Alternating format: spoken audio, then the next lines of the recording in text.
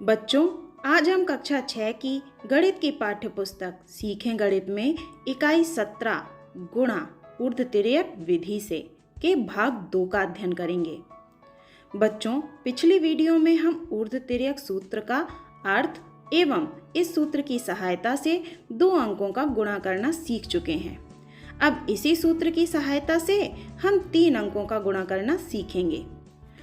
उदाहरण के लिए 132 में 456 का गुणा करना है, तो इसे हम सबसे पहले निम्न प्रकार से लिख लेंगे।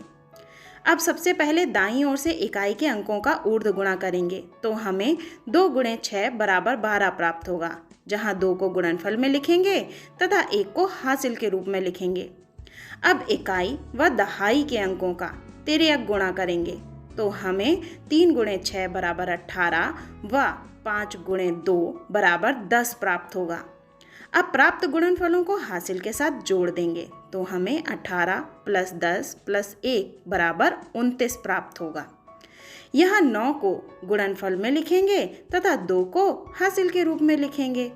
अब ऊर्ध्वतिर्यक गुणन करेंगे, अर्थात दहाई के अंकों का ऊर्ध्व गुणा करेंगे व इकाई तथा सैकड़ा के अंकों का तिर्यक गुणा करेंगे, तो हमें 3 गुणे 5 बराबर 15, 4 गुणे 2 बराबर 8 और 1 गुणे 6 बराबर 6 प्राप्त होगा।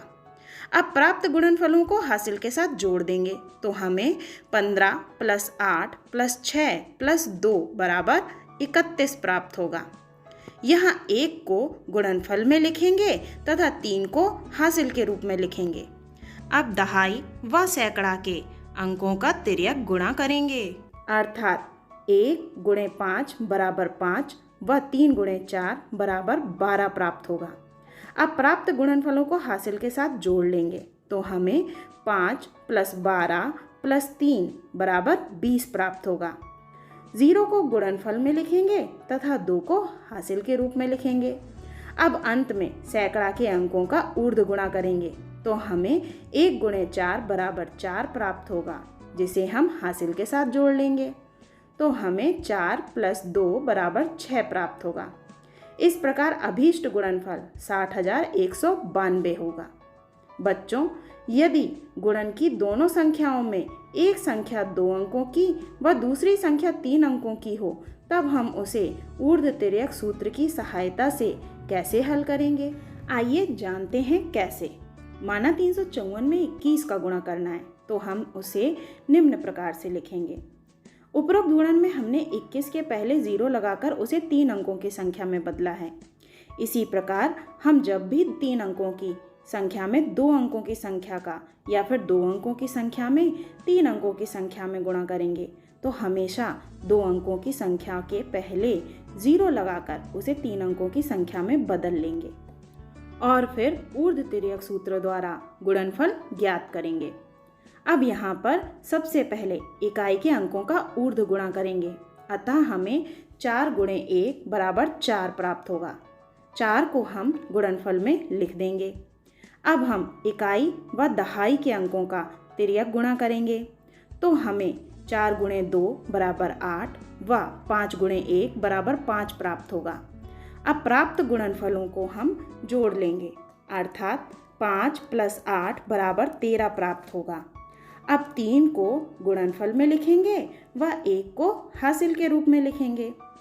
इसके बाद ऊर्ध्वतिर्यक गुणन करेंगे, अर्थात दहाई के अंकों का ऊर्ध्व गुणा करेंगे व इकाई तथा सैकड़ा के अंकों का तिर्यक गुणा करेंगे, तो हमें 5 गुणे 2 बराबर 10, 4 गुणे 0 बराबर 0 और 3 गुणे 1 बराबर 3 प्राप्त होगा।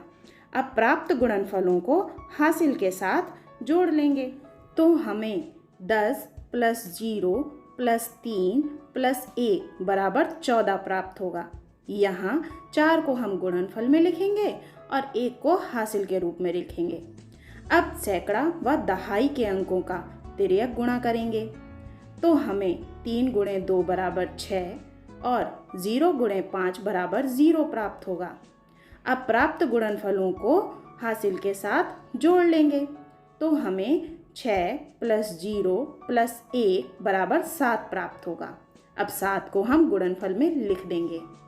अब सैकड़ा के अंकों का ऊर्ध्व गुणा करेंगे, अर्थात 3 का 0 में गुणा करेंगे तो हमें 0 प्राप्त होगा। इस प्रकार हमें अभीष्ट गुणनफल 7434 प्राप्त होगा।